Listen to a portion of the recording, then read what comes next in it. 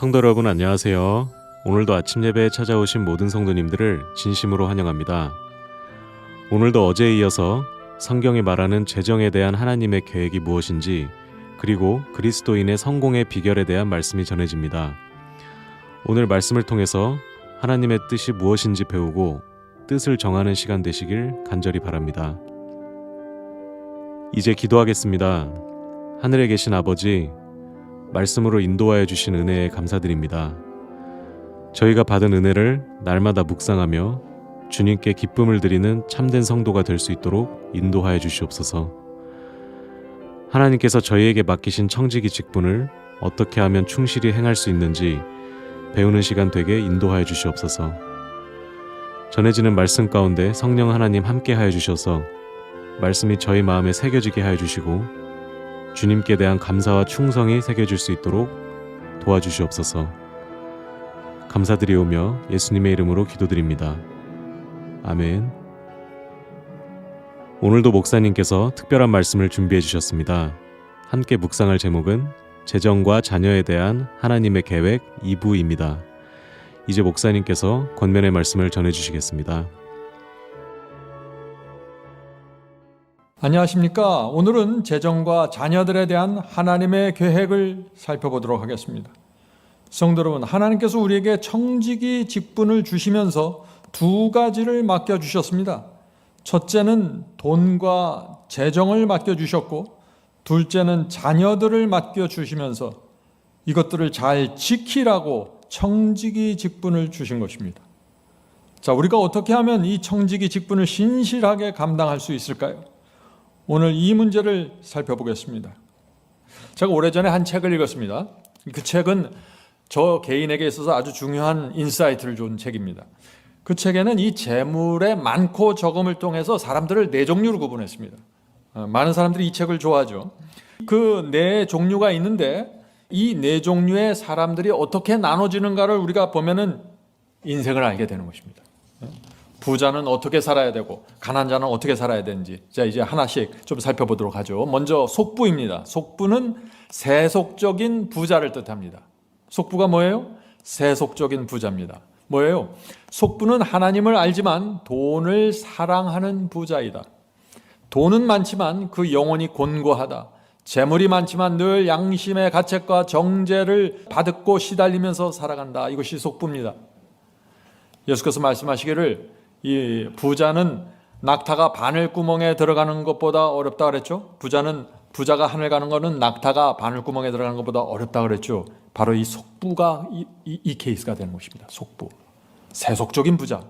이 속부라는 사람들은 재물이 많지만 실패한 부자를 뜻하는 것입니다. 하나님이 말씀하신 그 성공에 들어가지 못한 것이죠. 그래서 하나님께서 원하시는 이 성공은 세속적인 부자가 되는 게 원하는 것이 아닙니다. 자, 두 번째 보겠습니다. 속부와 반대는 속빈입니다. 이건 뭐예요? 세속적인 가난한 사람이에요. 가난한데 세속적이에요. 돈도 없고 신앙도 없는 사람이에요. 이 세상에서 무시당하고 영적인 세상에서도 빈곤합니다. 최악의 경우입니다. 신앙이 없는데 경제적으로 힘들게 살아가는 사람들. 이 세상에서 고생하면서 사는데 구원까지 잃어버리는 사람들. 속빈입니다. 최악의 경우입니다. 자, 그렇다면은 세 번째는 누구일까요? 성부입니다. 성부. 거룩한 부자, 경건한 부자입니다. 성부는 하나님께서 만드신 부자입니다. 성부는 뭐예요? 아브라함과 요셉 같은 부자죠. 자, 성부는 진리를 사랑합니다. 가난한 자를 불쌍히 여깁니다. 진리를 전파하고 세우는데 재물을 사용하는 부자가 성부입니다. 헌금을 많이 한다고 성부가 되는 게 아니에요. 여기 오해가 있으면 안 됩니다. 성부는 반드시 진리가 무엇인지를 아는 부자입니다. 성부는 진리를 분별합니다. 그리고 진리를 전하는 사역에 자신의 재물을 투자할 줄 아는 사람입니다. 성경의 진리가 뭔지 모르면 돈이 아무리 많고 아무리 남을 도와줘도 성부가 될 수 없는 것입니다. 진리를 알아야 돼요. 하나님께서 이 진리를 전파하는 그 길을 보면서 자신이 하나님께서 주신 그 청지기 직분을 잘 사용하는 사람들, 이 사람들이 거룩한 부자, 성부입니다. 하나님께서 진리를 전하기 위해서 이 성부들을 움직이시는 것입니다. 구약시대 욥, 아브라함, 이삭, 야곱, 요셉 모두 성부였습니다. 하나님께서는 그들에게 재물과 충성의 은사를 주시고 진리를 보존하고 진리를 전파하는 데 이들을 활용하는 것입니다. 부자 중요합니다. 근데 성부가 되어야 의미가 있는 것입니다. 초대교회에서도 이 성부들이 활약했습니다. 아리마대 요셉, 니고데모 같은 성부들이 복음을 전하는데 중요한 역할을 했죠. 성도 여러분, 하나님께서 이 진리에 충성하는 거룩한 부자들을 귀하게 보십니다. 그래서 이 성부에게는요, 하늘 창고에서 직접 파이프라인이 꽂힙니다. 여러분들 그거 아세요? 성부는 자기가 뭐를 만들어서 돈 버는 사람들이 아니에요. 하나님의 축복을 크게 받아가면서 돈을 버는 사람들입니다. 하늘과 연결되어 있는 부자들이죠.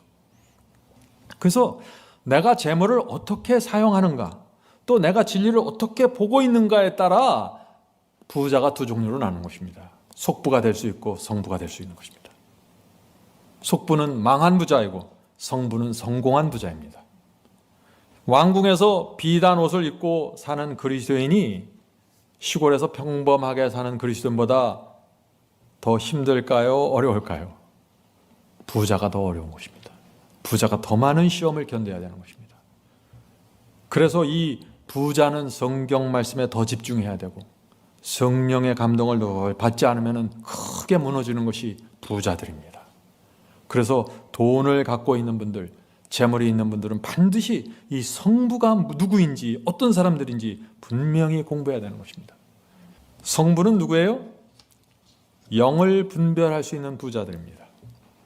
그래서 하나님께서 성부에게 큰 재물을 허락하시는 것입니다. 영을 분별하고 진리를 분별할 수 있기 때문에 이런 은사를 주시는 것입니다. 재물을 모을 수 있는 은사 말이죠. 자, 네 번째 마지막입니다.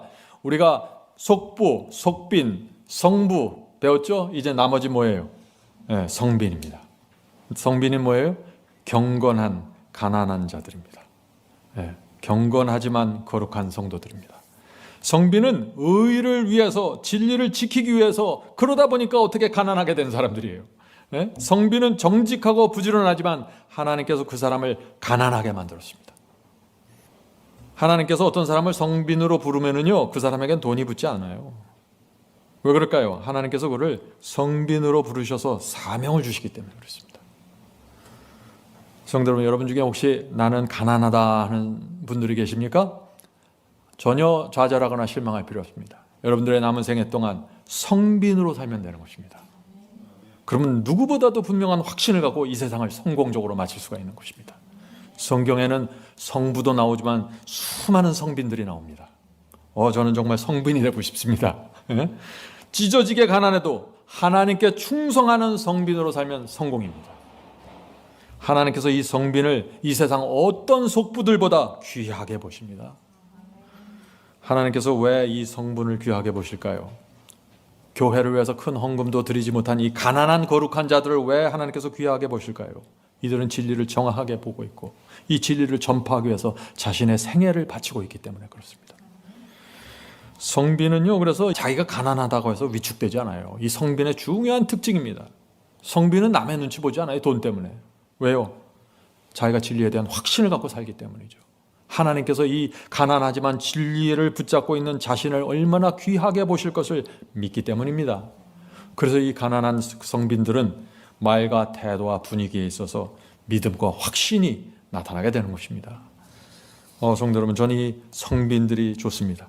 저희 교회 많은 성빈들이 좀 찾아와 주기를 전 기대하고 있습니다. 자, 그러나 또 오해하지 말아야 됩니다. 가난하고 신앙이 있다고 다 성빈이 아니에요. 가난하다고 신앙이 있다고 성빈은 아닙니다. 성빈은 가난하지만 진리를 꿰뚫고 있어야 돼요. 가난하지만 진리를 세우기 위해서 몸 바치는 사람들입니다. 그냥 막연하게 신앙을 줬고 막연하게 교회 열심히 다니고 이것을 말하는 것이 아니에요. 성빈은 그래서 자기보다 더 가난한 자들을 불쌍히 여기면서 삽니다. 성빈은 가난하지만 먼저 그 나라와 그 의를 구하면서 삽니다. 성빈이 이렇게 살기 때문에 이 주께서 이 성빈들을 귀하게 보시는 것입니다. 자, 그러면 제가 이제 정리하는 질문을 드립니다. 속부, 속빈, 성부, 성빈, 이 네 부류 중에서 어떤 사람들이 성공한 사람일까요? 여러분들 대답하실 수 있죠? 누가 성공한 사람이에요? 성부와 성빈입니다. 반드시 이 둘 중 하나에 속하면 인생의 성공입니다. 부자도 좋고 가난해도 좋습니다. 반드시 거룩한 부자 아니면 거룩한 가난한 자. 둘 중 하나면 하나님께서 우리를 보실 때 성공입니다. 그래서 이 거룩한 부자, 거룩한 가난한 자는 다 같은 종류의 사람들입니다. 하나님께서 그 환경과 은사에 따라 어떤 사람은 재물을 주시고 어떤 사람은 가난을 허락하면서 각자에게 맞춰진 사역을 줘버리는 것입니다. 그래서 이 성부와 성빈 사이에는 엄청난 재산 차이가 있잖아요. 함께 할 수 없는 사람들이, 세상적으로 보면 같이 다닐 수 없는 사람들이에요. 그러나 이들이 신앙과 진리에 대한 충성심이 같으면 이 두 부류가 협력해서 놀라운 사역을 이뤄냅니다. 이것이 기독교 역사입니다. 이것이 기독교 역사예요. 성부와 성빈은 신앙의 길도 같고 인생의 목적도 같아요. 단순히 재산 차이예요. 그래서 저는 지금까지 살아오면서 이 선교 사역을 하면서 성빈과 성부가 연합하는 모습들을 가끔 보았습니다. 제가 본 어떤 경우는 이런 겁니다. 한 사람은 재물이 많았습니다. 그분은 부자인데 진리를 정확하게 깨달았고 자신의 11조만 아니라 많은 재물을 진리를 위해서 바쳤어요. 그런데 또 하나의 그 성빈이 있었습니다. 이 사람은 가난하지만 혼신의 힘을 다해서 승리의 복음을 전하고 설교했습니다. 이 둘이 어떻게 만났어요? 하나님의 섭리로 만났어요. 그래서 협력하고 기도하면서 놀라운 사역을 했습니다. 그들의 사역을 통해 수많은 사람들이 구원받았습니다. 성도 여러분, 성부가 되든지 성빈이 되든지 우리는 개념치 말고 하나님께서 우리에게 베푸신 것에 만족하면서 살고 어떻게 해서든지 주님의 역사를 이루기 위해서 최선을 다하는 것, 그것이 성공의 비결입니다. 네, 성공은 재산과 상관없어요. 성공의 세 번째 원칙은 돈을 버는 시기, 이 돈을 버는, 우리 인생에서 돈을 버는 시간을 잘 통과해야 된다는 것입니다. 성공의 원칙입니다. 자, 20대 학교 교육이 대부분 끝나죠? 20대 학교 교육이 끝나면 60대 은퇴할 때까지 우리가 적어도 40년을 일하게 됩니다. 이 기간, 이 돈 버는 시간을 어떻게 보내는가에 따라 인생이 크게 움직인다는 것이죠. 자, 일하며 돈을 버는 시기는 약 40년 정도 된다. 많은 사람들에게 이 시기는 자녀를 기르고 교육하는 때일 뿐 아니라 집을 사는 것과 같은 큰 규모의 지출이 일어나는 때이다. 이때는 재정적으로 매우 힘든 시기이다. 자녀 교육의 방향을 잘못 잡죠? 인생에 큰 문제가 생깁니다. 이 집 같은 거 큰 돈을 투자해서 이 부동산을 구입하는 거 잘못하죠? 잘못하면 회복할 수 없는 데미지를 받게 되는 것입니다. 그래서 이 시기 굉장히 중요하다는 것입니다. 자, 계속해서 읽어보죠. 이 시기는 가족이 함께 보조를 마치며 평생을 함께할 끈끈한 정을 만들어가는 시기이기 때문에 매우 민감한 때이다. 그렇죠. 이 40년을 어떻게 지나가는가 굉장히 중요한 시간이라는 것이죠. 근데 이 40년을 성공으로 마치는 성공의 비결이 뭐예요? 가족이 하나로 끈끈하게 연합하는 것입니다. 이것이 성공의 비결입니다. 계속해서 읽어보죠. 이맘때 재정적 문제가 결혼을 깨트릴 수도 있는데 실제로 그런 일이 많이 발생한다. 그렇죠. 경제적인 문제 때문에 이혼하는 케이스들이 점점 더 많아지고 있죠. 네. 자, 계속해서 읽어보죠. 부부가 함께 신앙생활을 하며 성경적 원칙을 따를 마음을 가지고 있다면 이 시기를 훨씬 더 안정적으로 지나갈 수 있다. 우리가 살다 보면 사실 실수할 때가 많죠. 자녀 교육의 방향도 잘못 잡을 수 있고 집을 구입할 때 잘못할 수도 있고 큰 돈을 투자하면서 또 실수하고 이런 실수할 때가 있습니다. 모든 가정에 위기들이 찾아옵니다. 위기가 한 번 없이 인생을 사는 사람은 전 본 적이 없는 것 같아요. 지금까지. 자, 그렇다면 이 위기를 어떻게 극복해야 되는가 하는 것을 우리가 보는 것입니다. 제일 중요한 것이 뭐예요? 여기 오늘 말씀했잖아요. 부부가 말씀과 신앙으로 하나로 연합해야 된다는 것입니다. 부부가 말씀과 신앙으로 연합하면은요, 어떤 어려움도 극복할 수 있어요. 안 되는 것이 없습니다. 성도 여러분, 부부가 함께 모여 무릎을 대고 기도하면서 인생에 대한 계획을 세워야 하는 것입니다. 부부가 함께 공부를 해야 되는 것입니다. 성경 공부를 해야 돼요. 부부가 함께 성경을 공부해야 인생을 세우는 같은 생각을 갖게 되는 것입니다.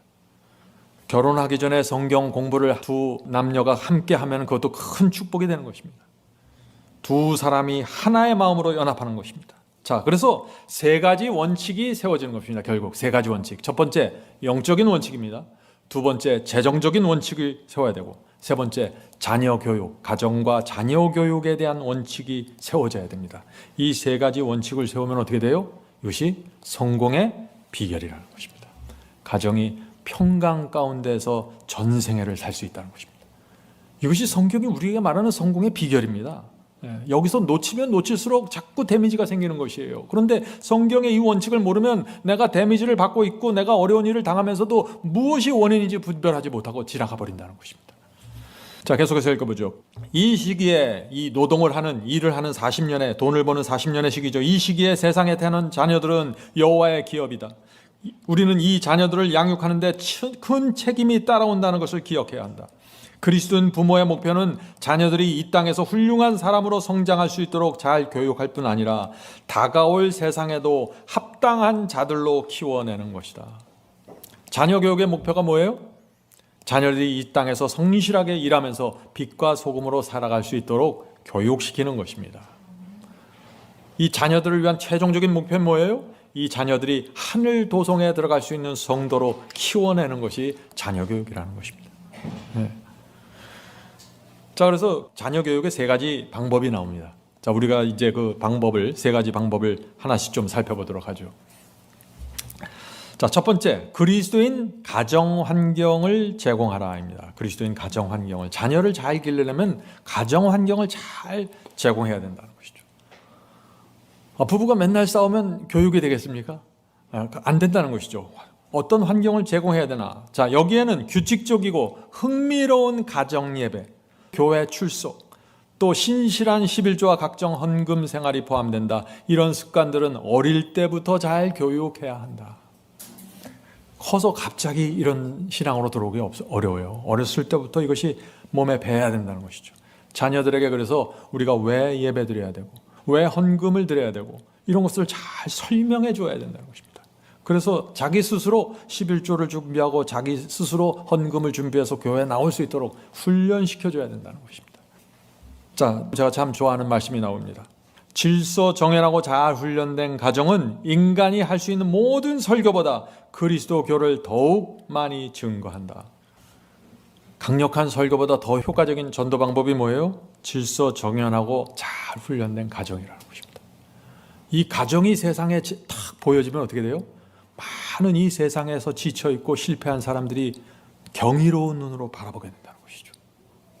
그래서 여러분들은 잘 훈련된 가정을 만들기 위해서 정말 기도하고 노력해야 합니다. 우선 이것은 부부에게 먼저 시작이 되는 것입니다. 두 사람의 마음이 맞춰서 시작이 되는 것입니다. 부부가 짝이 안 맞으면 나 혼자라도 시작을 해야겠죠. 자, 두 번째, 자녀 교육이죠. 두 번째 자녀 교육법. 자녀들이 즐거운 마음으로 일하도록, 그리고 일을 소중히 여기도록 가르치라. 한국 사람들이 잘 안 되는 게 이거 같아요. 자녀들이 근면하고 성실하게 일하는 것을 가르쳐줘야 되는 것입니다. 이렇게 일해야 사회에서 인정을 받고 교제가 이루어지는 것입니다. 우리 자녀들에게 공부만 집중하잖아요. 우리 한국 사람들이 많이 공부해라 말하죠. 사실 공부는 학교 다닐 때만 하고 끝나고 나면 다 일이에요. 40년은 다 일입니다. 근데 공부만 집중하니까 일터에 나가서 일을 못하는 거예요, 사람들이. 참 안타까워요. 그 찰스 데이비스라는 사람이 있는데 이런 얘기를 했습니다. 나이가 드는 것은 강제적이다. 그러나 성장하는 것은 선택적이다. 무슨 뜻이에요? 해가 넘어가면 나이는 무조건 먹잖아요. 근데 나이가 든다고 해서 저절로 훈련되고 저절로 성장하는 건 아니라는 것입니다. 제 친구들 보면은 60대도 있고 제 후배들 보면 50대도 있는데 철없는 친구들 많아요. 훈련이 전혀 안 돼 있어요. 나이는 강제적으로 먹었어요. 50, 60. 근데 만나서 대화하고 사회생활하는 태도를 보면 전혀 훈련이 안 돼요. 철부지예요. 그럴 수 있어요. 나이는 50 먹어도 60 먹어도 정신상태, 태도, 교육, 예의, 매너 20대, 10대밖에 안 되는 거예요. 성장이 안 된 것입니다. 이렇게 되면은 그리스도인의 생활을 할 수가 없는 거예요. 그래서 우리 자녀들에게 성실하게 사회생활하는 법 배워줘야 한다는 것입니다. 성도 여러분, 아직 기회가 남아 있습니다. 우리 자녀들이 이미 다 성공했다면 어떻게 될까요? 많은 분들이 이 질문을 해요. 목사님, 이미 자녀들이 다 결혼하고 다 끝났습니다. 전 자녀 교육 없습니다. 아직 안 끝났습니다. 기도해야 됩니다. 이미 자녀들을 위한 교육법은 그것은 보여주는 교육입니다. 보여주는 거. 이제는 말은 안 들어요. 다 커서 말은 안 들어요. 이제 부모가 내가 진리를 붙잡고 계속해서 한 길을 걸어가는 법을 보여줘야 돼요. 말할 필요 없어요. 그다음부터는 노아처럼 120년 동안 한 길을 걸어가시는 거예요. 그냥. 그러면 자녀들의 마음에 뭐가 생길까요? 자녀들의 마음에 성령의 음성이 들리기 시작하는 것입니다. 어렸을 때는 그렇게 말을 안 들었던 자녀들도 부모가 노아처럼 한 길을 꾸준히 걸어가면 생각이 있다면 생각하게 될 것입니다. 그래서 이것이 이 자녀를 위한 최고의 교육법은 무엇이냐? 보여주는 교육이에요. 말만 하는 교육은 안 돼요. 세 번째, 자녀에게 좋은 교육의 기회를 제공하라. 누구나 부모라면 누구나 좋은 기회를 제공하고 싶겠죠. 요즘 어떤 분들은 홈스쿨을 생각하는 분들이 있지만 홈스쿨을 생각하는 분들은 경험을 가진 신앙이 있고 경험을 가진 분들하고 좀 대화를 하고 자문을 받아야 됩니다. 쉽게 홈스쿨은 중요한 균형이 있습니다. 여러 가지 조건들을 맞춰주면서 해야 되는 거예요. 자, 가장 자녀 교육할 때 가장 중요하고 필요한 것이 무엇일까요? 어떤 교육이 필요할까요? 부모와 자녀가 좋은 관계를 먼저 유지해야 됩니다. 어떤 경우에는 우리가 같이 자녀들과 함께 예배드리지만 부모하고 자녀하고 깨어진 상태에서 예배드릴 수 있어요. 이럴 때는 성령께서 크게 역사하실 수가 없는 것이죠. 그래서 어린 자녀들과 함께 놀아줘야 됩니다. 그 아이들의 수준에 맞춰서 놀아주고 대화하는 것이 필요합니다. 그러면서 동시에 영적인 피로를 채워주고, 그러면서 동시에 스스로 인생을 헤쳐나갈 수 있는 훈련을 시켜줘야 되는 것입니다. 이 자녀 교육은요, 생각하면 완전히 종합예술이에요. 다 갖추고 있어야지 이게 제대로 되는 것이죠. 그래서 자녀들에게 생각하는 훈련, 선택하는 훈련, 결정하는 훈련, 계획을 세우고 이행하는 훈련, 이런 훈련들을 계속해서 시켜줘야 되는 것이죠. 그것이 자녀들이 이 세상을 성공적으로 살 수 있게 준비시켜주는 것입니다. 이 세 가지를 말씀드렸지만 자녀 교육의 이 중요한 포인트를 하나 제가 말씀드린다면 이것입니다. 이 세상이 우리 자녀들을 끌어당기잖아요. 세상이 자녀들을 끌어당기는 힘보다 부모가 끌어당기는 힘이 더 강해야 돼요. 이게 자녀 교육의 중요한 포인트입니다. 그래야만 이 자녀들이 부모 옆에서 함께 신앙하면서 성장하게 된다는 것이죠. 이 세상이 끌어당기는 힘보다 더 강력한 힘을 받기 위해서 이 부모들이 기도하면서 정말 자녀들을 위해서 붙잡고 가야 되는 것입니다. 부모들이 양육을 위해 최선을 다할지라도 자녀들이 어떻게 성장할지에 대해 장담할 수 있는 사람은 없다는 것을 생각해 보십시오. 그렇죠? 장담할 수 없어요. 우리 자녀들에 대해서 아무도 장담할 수 없습니다. 장성한 자녀들의 선택에 대해 부모들이 지나치게 스스로를 탓하지 않는 것이 중요한 이유는 무엇일까요? 제가 젊었을 때 이제 자녀들을 교육을 시키면은 이제 어린 아이들을 가진 부모들은 어린 아이들에 대해서 굉장히 자랑스럽게 생각하고 우리 아이가 이렇습니다. 우리 아이가 이렇게 똑똑해요. 막 그러는데 이제 중고등학교 아이들을 갖고 있는 부모들은 조금 더 기다려 봐라. 그러고 듣고 있어요. 그래서 자녀 교육이라는 건 누구도 장담할 수 없는 것이죠. 그런데 우리가 이 자녀 교육을 정말 최선을 다해 좋은 선택을 했을지라도 자녀 교육이 잘 안 됐을 경우가 생긴다는 것입니다. 성경 말씀대로 교육한다 그래서 다 아이들이 성장하고 멋있게 되고 신앙을 잘 지키고 구원받는 게 아니에요. 왜 그럴까요? 왜냐하면 결국 최종적인 결정은 자녀 스스로 하는 것입니다.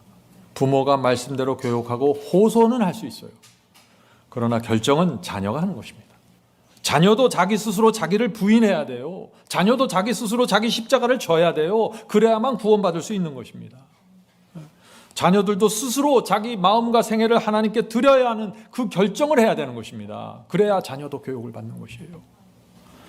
생각해 보세요. 구약시대 아론, 대제사장 아론의 아들들 여러분 아시죠? 엘리의 아들, 다윗의 아들은 또 어땠습니까? 다 타락했어요. 왜 그랬을까요? 이 부모들은 계시를 보고 영감적인 사람들이었는데 어떻게 이렇게 타락할 수 있을까요? 물론 부모 각 개인에게 문제도 있었겠죠. 그러나 죄와 불순종은 자녀 스스로의 선택입니다. 그래서 제가 이 말씀을 드리는 이유는 뭐예요? 너무 부모들이 자책하지 말라는 것입니다. 내 자녀가 잘 안 됐다고 해서 그냥 어떤 분들은 늙어서 머리가 하얄 때까지 슬픈 생애를 살아요. 그럴 필요 없다는 것입니다. 부모 노릇을 우리가 한 여러 번 하면은 실수를 좀 줄일 수 있겠죠. 그럼 우리가 다 부모 노릇 처음 하잖아요. 처음 하다 보니까 열심히 해도 부족함이 있다는 것입니다. 그래서 제가 오늘 나이 드신 부모님들에게 너무 자책하지 마십시오. 이제 남은 생애를 주님께 바치고 한 길을, 제가 앞에 말씀드렸죠, 노아처럼 한 길을 계속해서 걸어 나가신 거예요. 죽는 그 순간까지.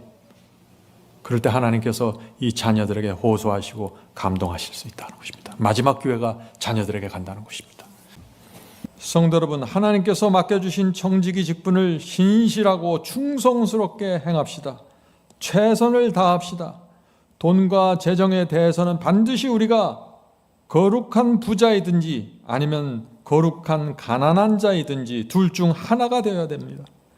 자녀들에 대해서도 기도하면서 최선을 다합시다. 지나간 과거의 실수 때문에 슬퍼하지 말고 오늘부터 모본을 보이면서 신실하게 삽시다. 그렇게 하면 주께서 인도하실 것입니다. 성령께서 오늘 말씀을 통하여 여러분의 마음에 결심을 주시고 작정하는 마음을 주시길 간절히 기원합니다. 기도하겠습니다. 하늘에 계신 저희들의 아버지, 주께서 성경 속에 이 정말 보석처럼 귀한 하늘의 지혜를 박아 놓으셨는데 저희가 무지하고 게을러서 그 하나님의 말씀과 원칙을 저희의 생애 속에 미처 적용시키지 못하면서 살아왔습니다. 주여, 이 시간에 저희가 회개합니다. 저희를 용서해 주시옵소서. 그러나 저희가 이제 남은 생애라도 하나님의 말씀과 원칙 속으로 돌아가서 주께서 주시는 평강을 받기를 원합니다. 주여, 이 교회 예배드리는 우리 성도들에게 함께 해주시고 이제 저희 남은 생애 동안 하나님께서 주신 재정 원칙, 하나님께서 주신 가정의 원칙, 하나님께서 주신 이 복음의 원칙대로 살 수 있도록 축복해 주시옵소서. 오랫동안 어둠 속에서 바벨론에서 살면서 아직 가정이 하나로 연합하지 못했습니다. 아직 부부가 하나로 연합하지 못한 가정들이 있습니다. 주여, 불쌍히 여겨주시고 성령으로 감동해 주시옵소서. 그래서 이제 남은 생애 동안 연합의 비밀이 저희 가정 속에서 밝혀질 수 있도록 도와주시옵소서. 주여, 오늘 우리가 배운 말씀을 저희가 붙잡고 가길 소원합니다. 주께서 저희 마음에 말씀과 하늘의 지혜를 새겨주셔서 저희가 가는 길이 이제 헛디디지 않고 실수하지 않도록 지켜주시옵소서. 특별히 이 시간에 저희 자녀들을 위해 기도합니다. 저희 부모의 많은 실수와 부족함이 있었습니다. 그러나 이제 이 자녀들을 다시 주님께 드리고 자녀들을 위해서 기도하는 삶을 살겠습니다. 주여, 도와주시옵소서. 이제 저희가 드리는 서원은 남은 생애 동안 이 부족한 부모들이 주께서 인도하시는 한 길을 걸어가겠다는 것입니다. 자녀들이 저희의 삶을 보면서 찔림을 받고 교훈을 받고 하나님께 돌아오겠다는 마음의 감동을 할 수 있도록 주여 도와주시옵소서. 그들을 인도해 주시옵소서. 예수님의 이름으로 간절히 기도드립니다. 아멘.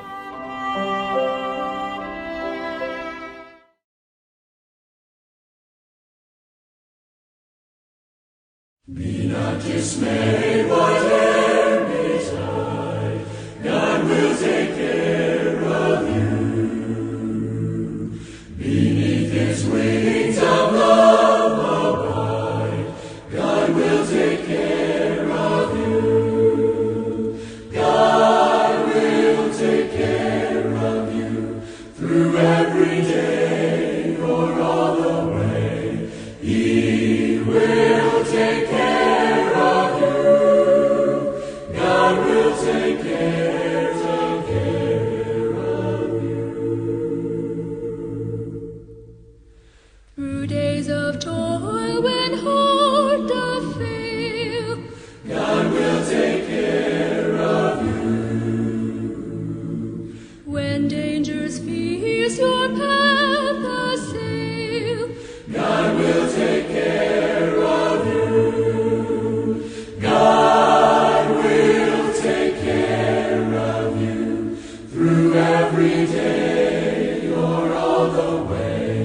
He will take care of you. God will take care of you.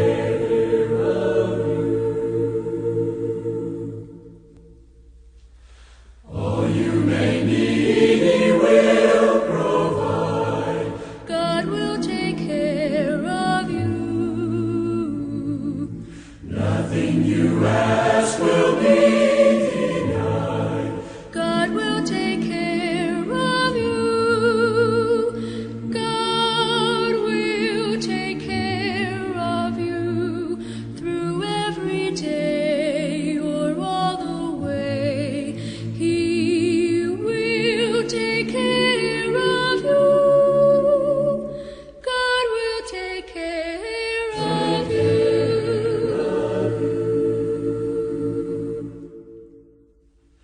No matter what may be the test, God will take care of you. Lean weary one upon His breast, God will take care